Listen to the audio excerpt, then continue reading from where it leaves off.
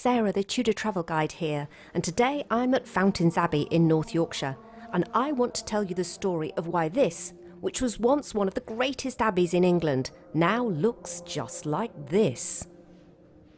Yes, welcome my friends to one of the most picturesque and charming spots in North Yorkshire. I'm here at my beloved Fountains Abbey, a place that I have visited many times as a child. And before we get to the story of why the abbey was destroyed and today lies in ruins, I want to tell you a little bit about the origins of the abbey and how it came into being. Well, Fountains Abbey was once one of the largest Cistercian monasteries in England at its peak.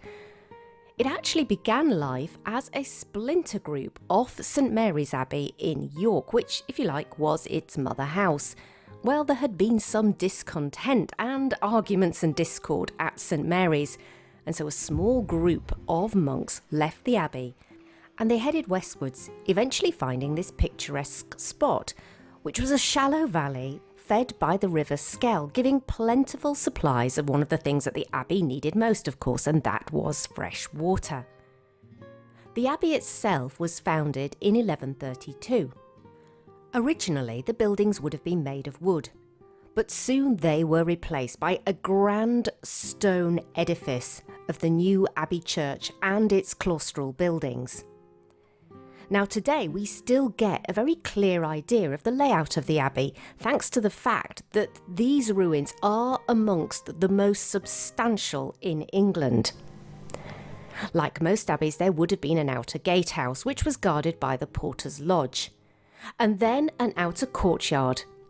Fronting onto that courtyard, we can still see the magnificent west end of the abbey church, which once had an ornate porch now long since disappeared. The huge nave draws us inwards towards the glorious window at the east end of the church.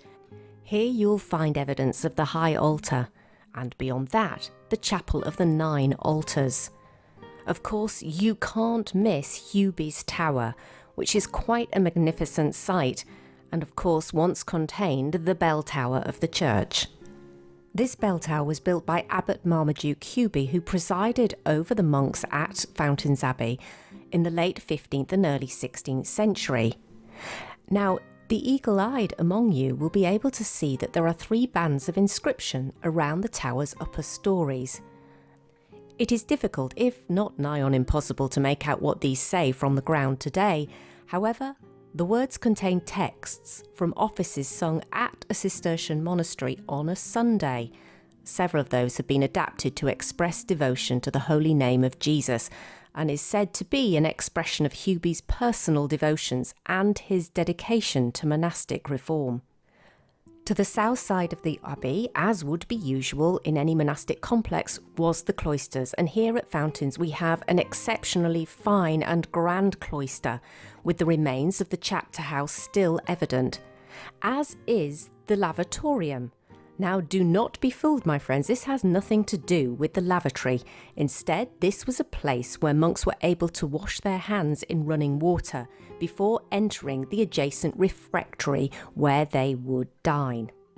Do not forget to check out the nearby warming room. Now, this was the only place in the abbey that had a fire, so it was a place that the monks could come and warm up on those very icy cold wintry days. And adjacent to that, you may well notice that there is a flight of steps that heads upwards. You are able to go up those steps and you will enter one of the only remaining intact rooms at the abbey. This was once the monuments room and kept the records belonging to Fountains Abbey. However, without doubt, the pièce de résistance at Fountains Abbey is its huge underground cellar with a magnificent vaulted ceiling. Now, this was once a storage area, above which was the dorter, that's D-O-R-T-R, the place in which the lay brothers slept.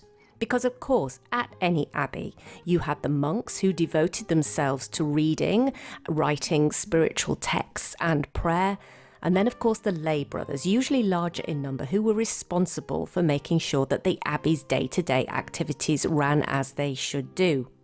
But let's return to our story of why this abbey, like so many abbeys in England, now lies in ruins. Well, to understand this, we need to go back to the 1520s. Henry VIII had been married to Catherine of Aragon for nearly 20 years. By this time, she was past childbearing age, and Henry was still without his son and heir. He came across a passage in Leviticus which essentially said that if one was to marry one's brother's wife, then you would remain childless. Now, of course, Henry had married Catherine, the widow of Prince Arthur. And while she maintained that she had never consummated her marriage to Arthur, Henry was less than convinced and began to appeal to Rome for an annulment of the marriage. Enter a certain young lady, Anne Boleyn. Now, it is difficult to say whether Anne's involvement with Henry catalysed his pursuing a divorce from Rome, or whether that was already on the cards. But nevertheless, a very important event is associated with her. While Henry wrangled with Rome, she passed him a textbook, The Obedience of a Christian Man, by William Tyndale. Now, the ideas contained within there were revolutionary. Essentially, they maintained that a king was only answerable to God, and certainly not the Pope in Rome. Henry seized on these ideas, pushed forth by the thinking of Thomas Cranmer, who urged the king to petition the universities across Europe for a decision, a moral decision on his dilemma. Now, while on the whole the universities eventually came out in favour of the king, the Pope continued to vacillate and dither. A complex set of circumstances meant that it was not favourable for him to grant Henry his annulment. But the king's mind was now bent on his separation from Catherine. Urged on by the thinking of reformers like Anne Boleyn, Thomas Cranmer and Thomas Cromwell, Henry soon began to see himself as supreme head of the church in England, and declared himself thus in 1531. Although no one could have foreseen it at the time, this was probably one of the first definitive steps that would eventually gain momentum and culminate in the dissolution of the monasteries. The Reformation had been triggered some decade or so later by Martin Luther. In 1519, he published his 95 Theses. These essays condemned the abuses of the Roman Catholic Church, such as the use of holy relics or the sale of indulgences, which would reduce a person's time in purgatory. Martin Luther sought reform in the church, just as those English reformers like Anne Boleyn and Thomas Cranmer and Thomas Cromwell did a decade or two later. Things finally came to a head in November 1534, when Henry was declared supreme head of the church in England by an Act of Parliament. Henry was now head of every religious institution in England, and indeed, according to the Act, always had been. They now owed their allegiance first and foremost to the king, and not to the Pope and the Holy Roman Catholic Church. Initially, the king and his councillors, such as Cromwell, sought to divert taxes which had been paid to Rome into English coffers. However, soon, plans were made for the auditing of all religious institutions in England. This was completed within a few short months. In 1535, it was reported on in the form of what is now known as the Valor Ecclesiasticus.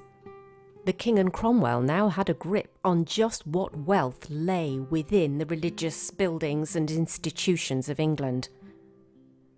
This, however, was not the end of the matter. Just a few months later, in July 1535, the first of the visitations of some of the smaller monasteries in Gloucestershire got underway. The visitors, as they were known, aka Cromwell's henchmen, visited the various religious institutions and interviewed the monks and the lay persons. They were looking for evidence of moral and religious laxity, sexual indiscretion, the use of holy relics. And while it is said they did not exactly fabricate evidence, they certainly made sure they augmented any story, any whiff of scandal that they found at the Abbey.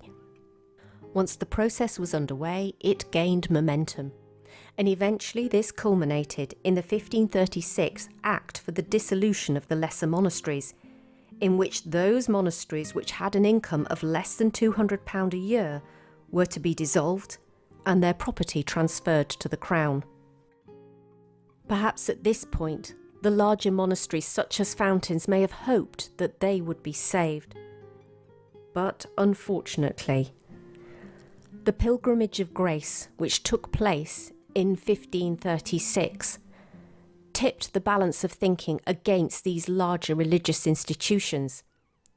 In retribution for the rising of the North, who had protested against the dissolution of these smaller monasteries and the religious reform and changes, the council exacted their revenge by passing an act, first of all in 1537, which was for the surrender of the larger houses, and then in 1539, the Act for the Dissolution of the Greater Monasteries, in which those monasteries, including the one here at Fountains Abbey, was finally surrendered and closed forever. After Fountains Abbey was dissolved in 1539, it was eventually sold the following year on the 1st of October 1540 to Sir Richard Gresham, who had previously been Lord Mayor of London. Now, like most of the courtiers who took possession of monastic properties following the dissolution, he began to deconstruct the abbey, selling off some of its materials. Later on, in the 16th century, a good deal of material was used from Fountains Abbey to create and build the new Fountains Hall, which was constructed around 1597 and can still be seen today in all its late Elizabethan glory, very close to the Abbey ruins. And so ends the story of Fountains Abbey and so many other religious houses and monasteries around Britain who today lie in ruins.